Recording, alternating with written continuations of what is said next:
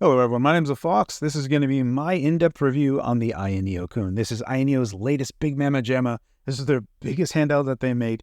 Thank you very much to AYANEO for sending this out to me for review. There are a lot of things to consider with this particular device. Specifically, one thing that I love is their consideration for pushing this device to its absolute limits. We are still using AMD 7840U, so there are a number of handhelds that have the 7840U, and this is going to be taking it to its absolute limits by pushing it to 54 watts. I actually ran that in for 16 hours at that TDP, so I'm going to show you those results in a little bit. I'm bringing up the Steam Deck here because for all intents and purposes, you can see that this device kind of borrows some ideas from the Steam Deck as well, and there are some inspirations, especially if we take a look at the buttons themselves. So even where the device starts to curve and how the B button was curved along with the device itself, we see that same type of styling on the AYANEO KUN itself. Additionally, if we take a look on the back, we can see that it has 4 back buttons as well, and there are ways to customize that using the ISBase 2 app, and I'll show that off later on in this video as well. For the most part, a lot of the things that are going on with the AYANEO KUN, if we take a look at what's going to happen in the future, if we're thinking about AMD's next generation products, right, the 8850U is going to be the replacement for the 7840U, but that is now still a 128-bit wide type of device. If we were to take a look at Strix Halo, which will be a 256-bit wide interface for the GPU and CPU, what we're going to need is something that can push more power. And AYANEO has a device right now that can comfortably run at 54 watts. So we're going to go in depth on a lot of different things. I'm going to try to streamline a lot of this so I can convey that information to you. Because we're still looking at 7840U devices, largely there's a lot of benchmarks that I've done in the past, so I'm not going to reiterate those, but I will show you the kind of bird's eye view of what going up to 54 watt looks like in CPU and GPU bound general scenarios. We can take a look at that and we'll get an understanding of that. We're also going to take a look at thermals as well as how well it handles running at 54 watt at length. I have run a 16-hour burn-in at 54 watt running a game. So we have a game example running at 54 watt.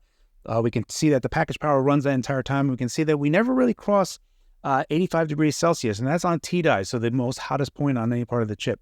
So pretty interesting results to see, really impressive to see. I'm very happy with it. First, let's start talking about the specs on the AYANEO KUN itself. Obviously, the big thing here is that very large 8.4-inch 1600p display. So this is a 16:10 display. However, it is still a portrait-based display, which is kind of unfortunate. I wish that with this larger display that they would have found something that was landscape. The reason why we want landscape, especially in Windows, is because whenever we want to play older Windows PC-based games, landscape is going to be really important for us, because if it's native, what you're going to have is a lot of problems unless we start putting in software to fix that solution. So we do still have a portrait-based display here, which is a bit unfortunate. If you only plan on playing modern games, this isn't a big idea. This doesn't matter to you. Going further, we are using AMD's latest 7840U. Now, the memory here is listed as LPDDR5X 5X. It is running at 6400 MT mega transfers on my device right now. As far as I'm aware, AYANEO will be sending a BIOS update as soon as they're able to get 7500 mega transfers stable, so MT, 7500 MT stable. Once they do, I really should rebench what I have, because the benchmarks are going to be reflective of running at 6400 MT. So we are going to have a performance regression without running at that faster RAM. SSD, we are looking at M2 2280. It is PCIe Gen 4. There are a few different storage configurations that you can pick up the AYANEO KUN, and these are pretty much typical as they are right now. So you have 16, 32, and 64 gig RAM options. 32 gig of RAM is pretty much a nice sweet spot for where it is right now. 64 gig of RAM, this is where you'd be like almost wanting to use the AYANEO KUN as a workstation. And because we can run it at 54 watt with very high wattage, even just doing CPU tasks, this is as a workstation will work very well. So this is some type of consideration that needs to be made, despite the fact that it's going to be very expensive in this area, but it can operate at very high wattages to make use of just general computing tasks. And then we have 512 gig, 1 terabyte, 2 terabyte, and 4 terabyte options. And the 64 gigabyte of RAM model only comes at 4 terabyte edition. So that one is pretty much $1,700. That's the model that I have, which is a bit of on the extreme side for these types of handhelds, but this is a luxury device, or at least presenting itself as a luxury device, especially when you take a look at the unboxing experience. Has this really nice wooden case and everything. It's pretty wild to see. The heatsink, they call it the new Kunpeng heat dissipation system. This is working very well. I'm going to show you in just a moment how well that system actually works, so be ready for that. The TDP range is 5 watt to 54 watt, and I have verified this. It does indeed run at 54 watt at length without ever going down in TDP, so great news there.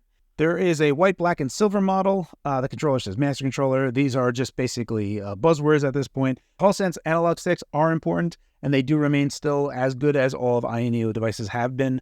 There is a new D-pad. There's a floating 8-directional D-pad. I was skeptical at first, but I am actually a believer now. It may not be the best for me in terms of feel just because it is a bit alien. However, I do think that it is excellent. New to the AYANEO devices are those touchpads. So they're calling them dual intelligent touchpads. They are effectively touchpads as far as they're concerned. They do have some baked-in functionality, so there is like almost a firmware layer to that. And what I mean by that is that when you actually use the D-pad, the left touchpad by default operates as cursor keys. So when you're in the BIOS, you can actually still navigate with the left touchpad with pressing left, right, up, and down. So that actually works at the BIOS level. So that's OS agnostic. So there is most likely a firmware level part that is communicating to those touchpads, that's driving those touchpads. Right now, I still don't have access to ISpace 2, which can control those, but that'll be kind of talked about a little bit later. However, in their promotional material, they already show this to be possible. So this is still going to come down the line in an update somewhere, but I just don't have it just yet. I will be talking about how the touchpads operate otherwise. We do have the inclusion of the 4 new customizable back buttons. Those are customizable on the ISpace 2 app. I'll touch base on that as well. The vibration motor, this has been tuned up a little bit. Now it defaults to this like medium setting, which I think is actually perfect for the device. It's a really good rumble motor that's in there.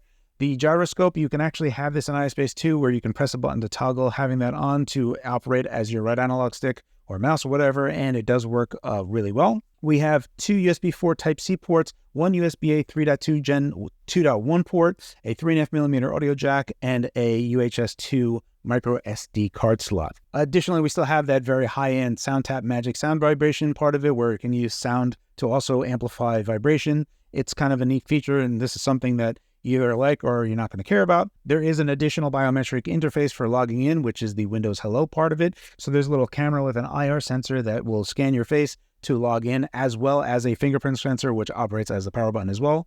The new battery is a 75 watt-hour battery, which is great to see with a device that is going to be using so much power. The one thing that I find a little bit weird about it is that it is 3S1P instead of 4S1P. I would have preferred it to be 4S1P, but that is just a personal preference. They're going 3S1P.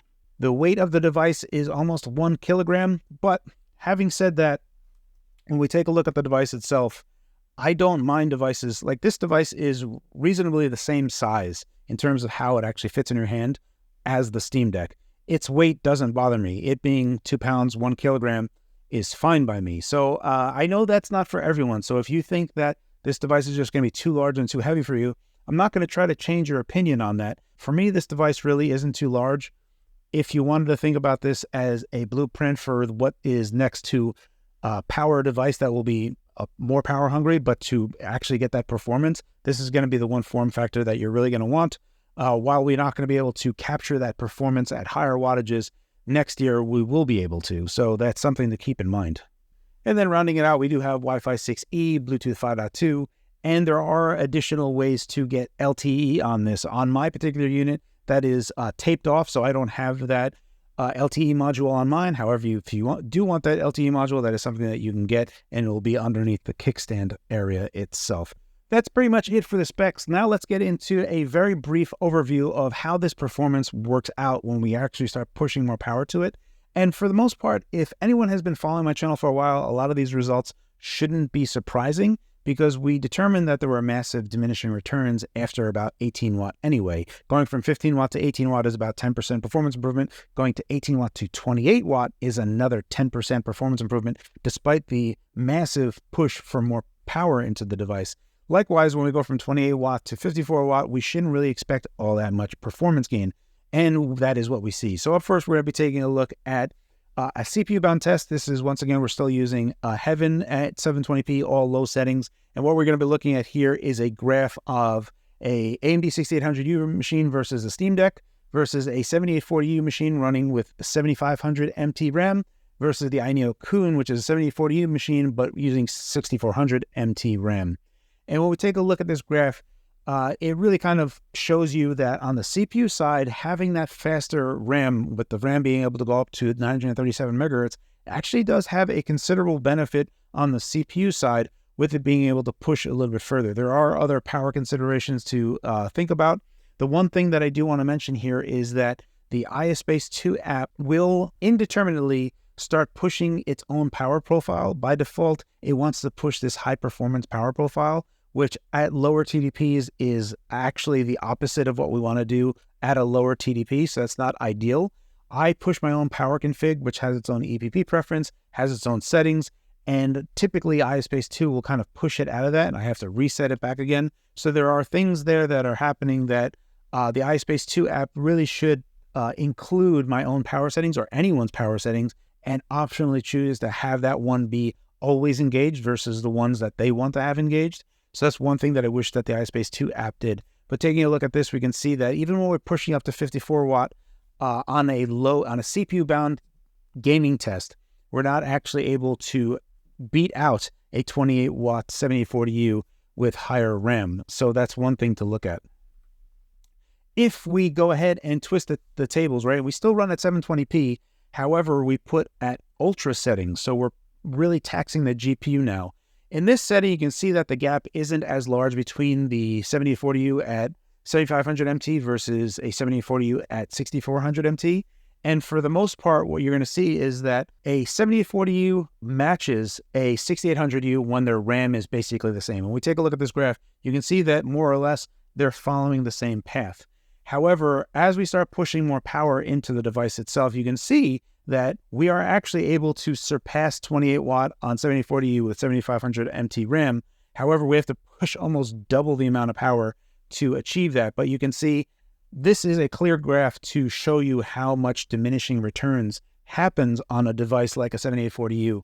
And really the problem is just it's a memory problem, right? We're not able to properly feed the GPU. This has nothing to do anything other than that. So when we think about this, what I would like you to try to grasp here is that if we're taking a look at the AYANEO KUN today as it is, this is a device that is a fantastic device for gaming, and you don't have to push the 54 watt because you're not really going to get that much gains. Instead, going to 25 watt or 28 watt is still just fine, and you're going to extend your battery life, and the fans aren't going to be as loud. Or going to 20 watt, and you're not going to hear the fans at all, really. But you're still going to have that gigantic display, that gigantic battery, so you're still going to have a very good time in that same zone. And especially when AYANEO releases their 7500 MT BIOS, we're going to be in a much better position overall. So I want you to kind of frame your mind for the KUN in that sense, where you're going to lower TDPs. The only reason that you would want to go to higher TDPs, like 54 watt, is really if you wanted to use the device as in a workstation sense. You want to plug this in using the USB-C to output to multiple displays, and you're using this device as your workstation. At that point, putting more power into 54 watt, the CPUs themselves can go up to 54 watt and the heatsink can tackle it. So if you're thinking about it for compute tests as a computer, you could use the AYANEO KUN 100% as that and be able to leverage pretty much everything, especially when you're thinking about if you want to go to 64 gigs of RAM, now you have a handheld that is a full-on workstation, which is wild in this time, just in general. So I'm glad to see that. The only thing that, again, I would love to see from AYANEO KUN potentially is like an Oculink connection so that we could go to like what I have. I have a GTX 4090 connected to my handheld using Oculink. So that's something that I would have loved to see in this place. All right, so we took a look at these benchmarks. So you can say, okay, well, 54 watt doesn't do much for me. Can it even run at 54 watt stably? And the answer is yes. Here's a graph that I want to show you. Now, this is a 16-hour burn-in where I'm running a game at 54 watt. And if we take a look at the yellow line here, you can see that that's the TDP recorded. That's the package power for the package itself. Now, this would be greater power for the total system. It's going to be around 75 watts that you're pulling. So basically, you're going to look at like an hour of battery life if you were to be pushing this high TDP and using it. So anticipate around about an hour of battery life if you were going to be pushing it this far.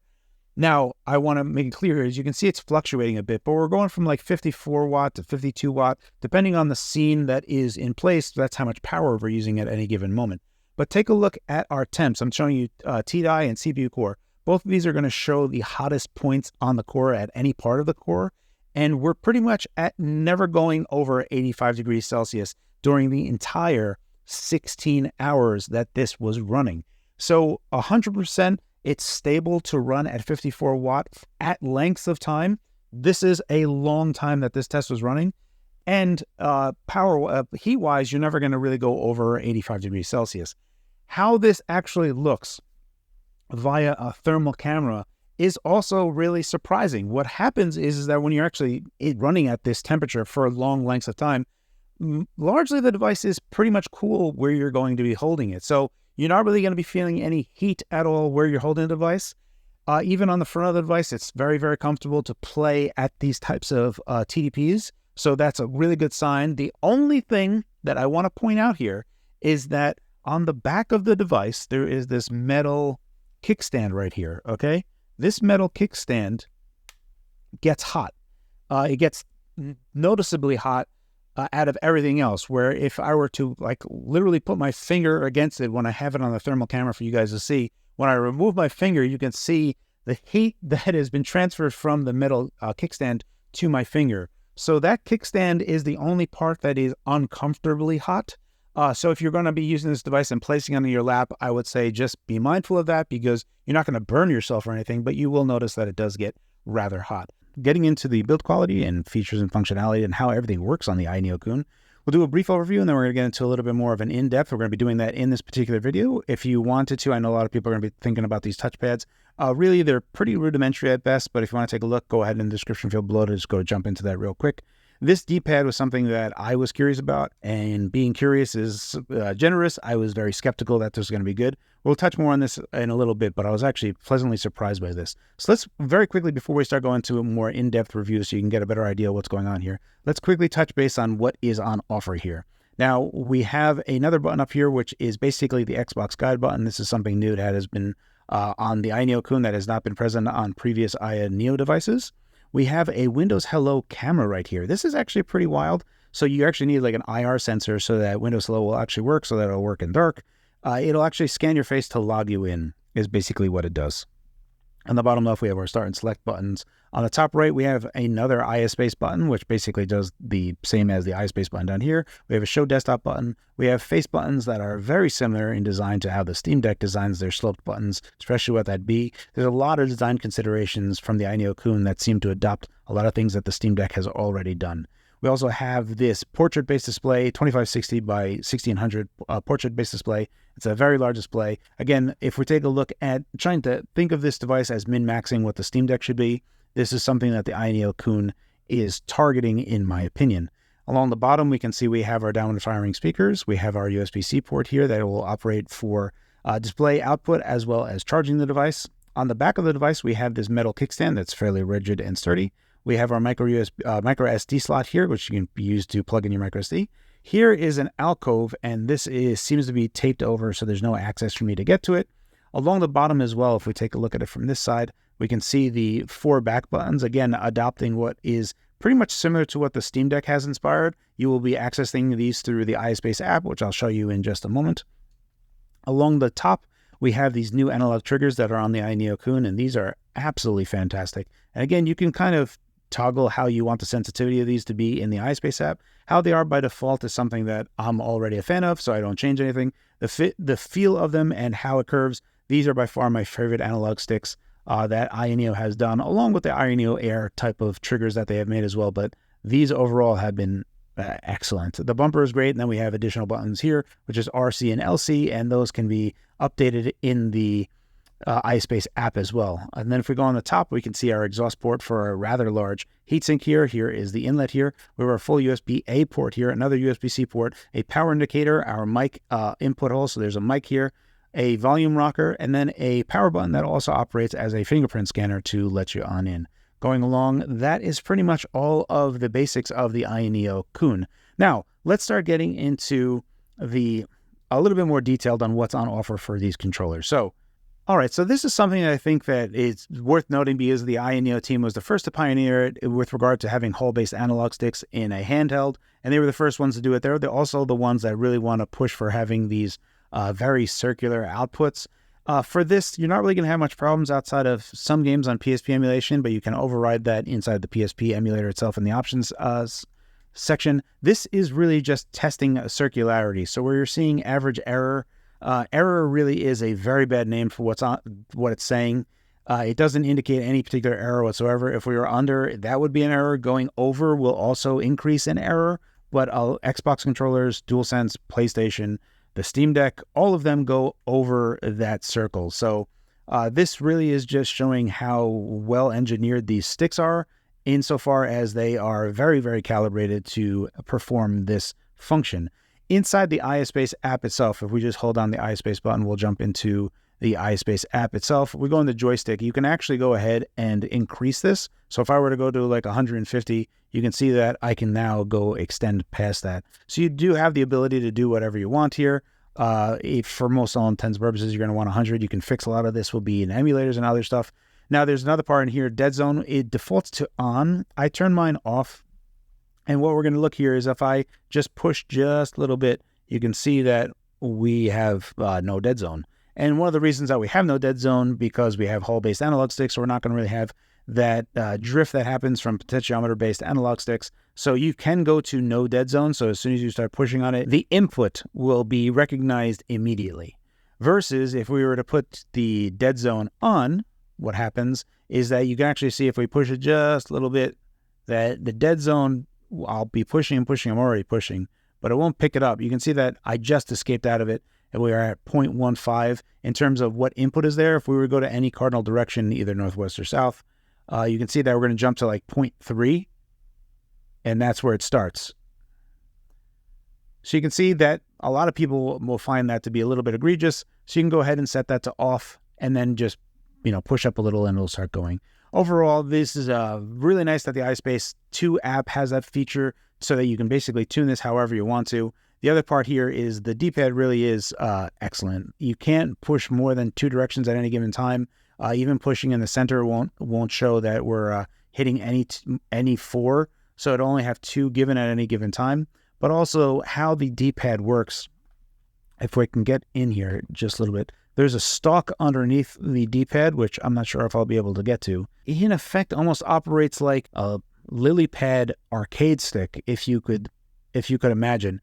It does pivot around here, so there is a feeling that you're slotting into a specific direction. Overall, the D-pad is very, very good, even though I feel like it's a little bit counterintuitive in terms of when you feel it, it feels like it's going to be super loose, but I really, really like it. I think it's excellent.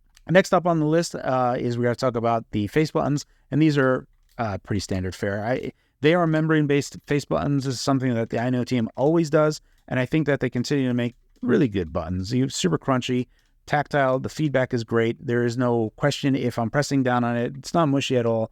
Super easy to depress, lovely face buttons. Now let's start talking about the TrackPads themselves. So the TrackPads are pretty interesting. So let's start talking about the left trackpad itself. Now you can see that it operates like a mouse scroll wheel. So I can go up or down, and I can go left or right as well. Now the problem with this is that when I'm playing and I'm using the left analog stick, I have had it that my palm has just barely graced it a little bit and initiated the scroll wheel. So in games like Doom Eternal, I have had a misinterpreted scroll up, and it changed my weapon. It went to next or previous weapon, whatever it is for that scroll wheel. So having my palm here, I wish that there was some type of palm rejection. So one of the things that's nice here is that this is effectively hard-coded as cursor keys, even in the BIOS or even in Linux. Doesn't matter. It's OS agnostic. So if I press down over here, you can see that it is the left cursor key. If I press down, right, up, it is all of the cursor keys. So we have mouse, scroll wheel, left and right, and we also have the cursor keys. So when you're in the BIOS, if you press left and right, you can actually cycle through the BIOS. Now you might be saying to yourself, well, how do I press enter, or how do I do anything else? So the other thing that you can do here is that you can press up on this D-pad, and that is the enter key. So the up button, if you press up on here, every part of this is depressible in some manner. Now, the only thing is that the iSpace app has no way to configure the touchpads just yet. I imagine that will be coming later on, but as it stands, it's on its own controller, so likely that the iSpace app is going to flash to the controller itself, because this operates outside of an operating system or outside of software. So this not a software-driven solution. It is a hardware-driven solution, so you have to be writing to the firmware to actually use it. The other bit that's here is that you can left-click. So if you went and pressed left-click, that would be left-click, but you can also just press right-click. So if you press on the right side of this, that is effectively a right mouse click. And then if you do left-click, that's a left-click, but you can also just tap, which you've seen by me just tapping before, to tap for your selection as well. So that is pretty much it. This operates as a mouse, which is nice because every now and again you do just need a simple mouse when you're inside of a game. Then you have hardware-based cursor keys, and you have the enter key by pressing up.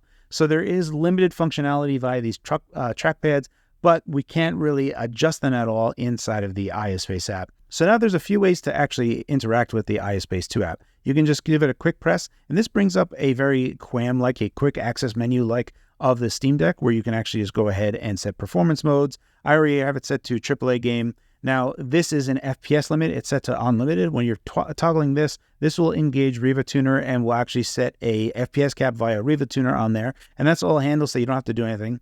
Right here is our TDP limit, and one of the big standout feature, obviously, from the AYANEO KUN is that this goes up to 54 watt. And like I've already talked about previously, this is not going to translate to much better performance in games, so don't anticipate that to be pushing it all that much. Running at 28 watt is really going to be the best from a generalized wattage. You can also do 18 watt, which is also very good, and will also make sure that the fan isn't too loud. But if we go up to 54 watt, the heatsink can handle that type of power. Smart TDP is an app that I've covered in previous videos. What that's going to do is leverage the idea that I have done in earlier videos, where if we're manually handling GPU clocks, this Smart TDP will try to do it automatically based on scene load and try to adjust the GPU better than what the GPU does by itself automatically, which is a bit of a defeat from us because we shouldn't be doing that at all. It should be handled by Windows and AMD. Here is the performance overlay. So you can see that I have the Thunder up. If I turn that up, you saw that the performance overlay went away. Turning that on, it defaults to FPS Thunder, which is right up there, which is a pretty simple application. It works just well, but you could also switch over to RTSS if you wanted to, whatever you want to do. And then there's the fan configuration. So for the most part, a lot of the stuff you can pretty much figure out however you want to do it. Then you have some more features in here like brightness, volume, Bluetooth turning on and off. Here you can do some other things for the controller. We have the vibration intensity. Medium is what's set by default, and for what it's worth, I think medium is the best. Here are the actual back buttons. So LC1 and LC2 are on the back here, and then RC1 and RC2 are on the back here. And then you have a limited functionality of what you can actually set these up. And these will just be basically macro keys of other buttons that are a part of the controller themselves. Then you have the analog trigger, which you can quickly change, which I've already showed in the build quality part of this review, along with the dead zone. Now, gyro adjustment, this is something you can enable. And what it's going to do is it's going to basically have the gyro act as the right analog stick, but you need to hold a toggle key. Right now it's set to left trigger. So if you hold left trigger, you can actually move around with the gyro, but it'll operate as the analog stick. So that's a very quick way to get that running. For RGB mode, this is going to be, I believe, this is for the analog sticks right here. So you can quickly get to them, but you can also do the AYA button lighting effect, which you can do right here. And you can change that to whatever you want. So you can make it red if you wanted to, and then it'll turn red, or you can just turn it off. Likewise, you can do RGB mode for the analog sticks themselves. So right now we have them to default, but you can do whatever you want, ripple or however you want it to, what mode you want the RGBs to be into. Down here, we have the ability to disable the controller. This means we're basically disengaging the Xbox 360 controller that is on the device itself. So if we were to go into Device Manager, you can see that Xbox 360 controller for Windows. The only thing you need to know is that effectively Windows or any particular operating system is going to think that an Xbox 360 controller is connected to this device. The problem with that is that if you dock this device and you try to play a game on another controller, that 360 controller is in basically port number 1. It's connected already, and any game is going to try to leverage that Xbox 360 controller. So what you can do is you can just disable controller here, and that will turn off the handheld controllers, so then you can connect other controllers that are, like Xbox controllers or DualSense controllers, Switch controllers, whatever you want, and then play a game so that it's easier without having to worry about using other software to disable, like using Vigim, so that you don't have to use those. Over here, we have some hotkey stuff. This is something that I used to use a lot, especially when the AYANEO 2 didn't have its own touchpad. So now, effectively, I don't know if we can see this. There we go. It's on the left stick. So you can see that the analog stick itself is actually operating as the mouse instead of using the right trackpad. That's something that was more necessary on previous AYANEO devices because otherwise you wouldn't really have anything, which wasn't the best. You can also do other things here. I put the disable controller button in my quick assistant as well, but you can do things like FSR mode, which gives you the ability to, if the game was in a windowed state only, you could force it into a full screen mode by just pressing FSR, which is a really cool feature. And if you hold it down, basically what you're going to see is AYANEO's front end. So the iSpace 2 app has its own front end. So if you wanted to load a game, you could just press A and then press A again, and it gives you some information. It's actually a really cool little front end that the AYANEO team has done pretty well. Over here, we can go into the settings as well. If you see this in another language, what you're going to want to go down to is to this cog window, I believe right here. Yep. And then you're going to select language and then go to English, and then make sure on server you go to international server, because that's what we should be using outside of China, and if your language is English. On the top, we have our performance menu, and this is basically just all the things that we touched base with before. The thing to note here, and this is something that I think the iSpace AYA team should work on. If we take a look at our power policy, this is inside Windows' own power policy, and normally it's set to high, which is not really that great when running on battery. So I set this to power saving. However, that's AYANEO's own power saving functionality. It's also not the best. I implement my own power scheme, so what happens is iSpace will override that periodically, which is annoying because all of my power configurations that I've set up that will give me better performance while on battery gets overridden by the iSpace app. So one thing that I wish that the AYANEO team did was include your own power configs in here, and it could always push that one instead of trying to push something else. So that's the only other thing you're going to see in there outside of the quick access menu. This part is new, and I think something that a lot of people are going to like.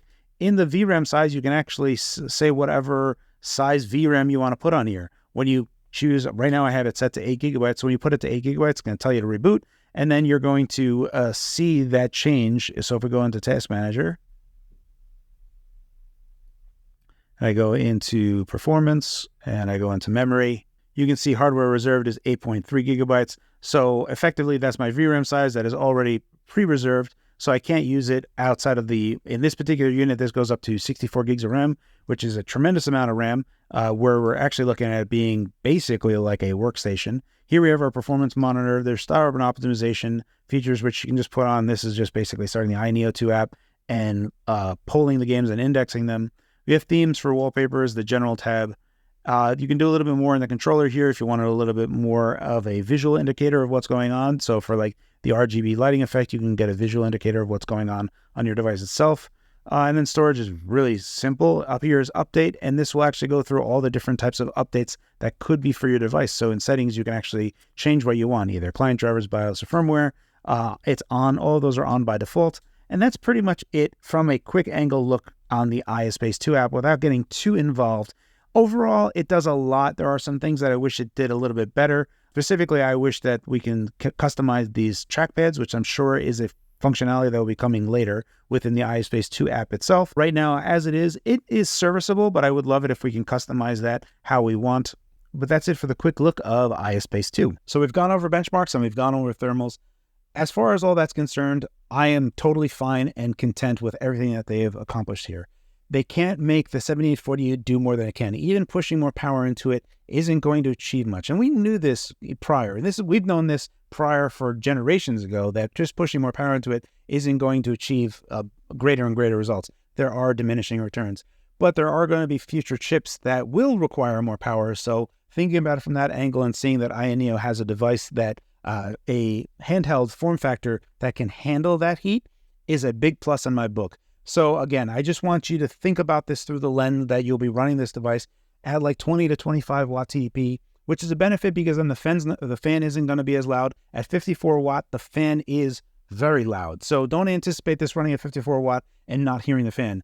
You will indeed hear the fan, but it's more that when you run at 20 watt, you're really not going to be losing that much performance compared to 54 watt. And you're also going to get much better battery life. So those are the things that I really love overall, the entire package that's going on here. The one thing that I wish was possible was that for me during my testing, now I did take 2 weeks to test through this. Most of the tests that I had to do took multiple days to run, especially my 16-hour burn-in test took up 16 hours by itself, which is basically a full day all on its own. For iSpace 2, there we are still missing a few features. Most notably, we're not able to configure the touchpads just yet. Again, there are pictures that AYANEO has already produced where they show promo material of actually setting those touchpads themselves. So that's coming down the pipeline. Also, I'm hoping that we're going to be able to get a BIOS update to get this to 7500 MT RAM, and then I should really be redoing the benchmarks themselves so we have a better idea of where it is compared to other devices on the market itself. But as soon as we can start configuring these touchpads, what's great about these touchpads, and there's no confirmation from this, but looking at how it actually operates, this is this is running off of another firmware. So the firmware is controlling these touchpads themselves, which means that it's OS agnostic, meaning you don't need Linux, you don't need Windows. Now Windows with iSpace 2 will be writing to the firmware itself. So initially you'll need Windows to configure the touchpads how you want.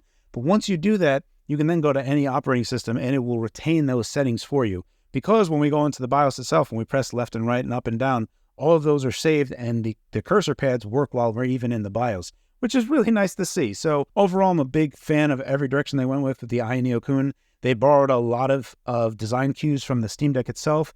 We have a bigger and better screen, better controls, not better touchpads. Steam Deck's trackpads are superior to the touchpads that are on here. However, the touchpads that are on the AYANEO KUN are OS agnostic. They don't need Steam to run to function. So they do work better without needing some type of software to drive them, really. We do need software to configure them initially, but outside of that, they don't need anything else.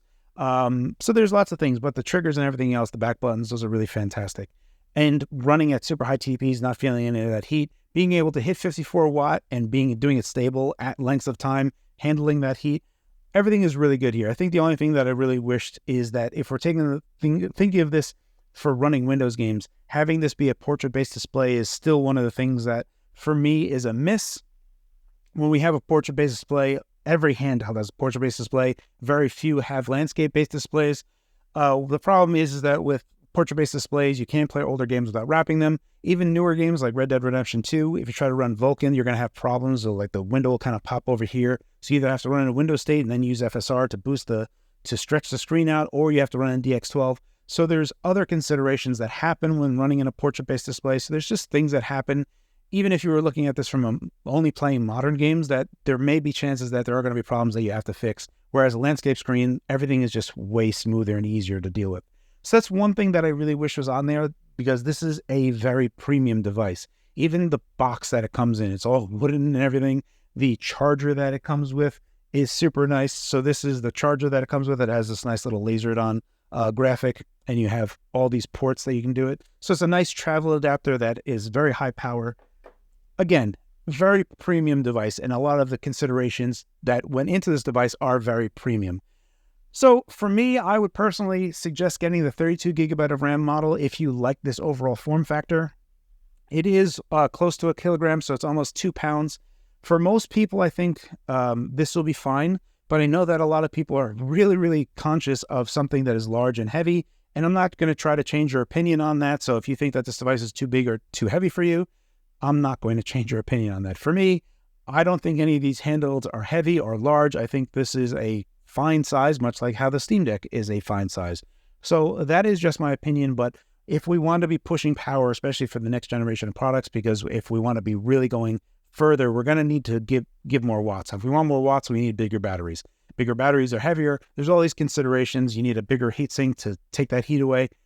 We need a bigger device that is a little bit heavier. So if you're the type of person that thinks they're going to be okay with that, yeah, it's easy to recommend. So there are a bunch of 7840U devices. So why would you get this device? You just like the type of device that it is. You like how large the screen is. You like its Steam Deck stylings. And that's pretty much what it comes down to. There are a bunch of options that you can choose, but for what AYANEO does here, they have been iterating through all of them, and they have refined it to the device where the KUN is now, and they did a great job.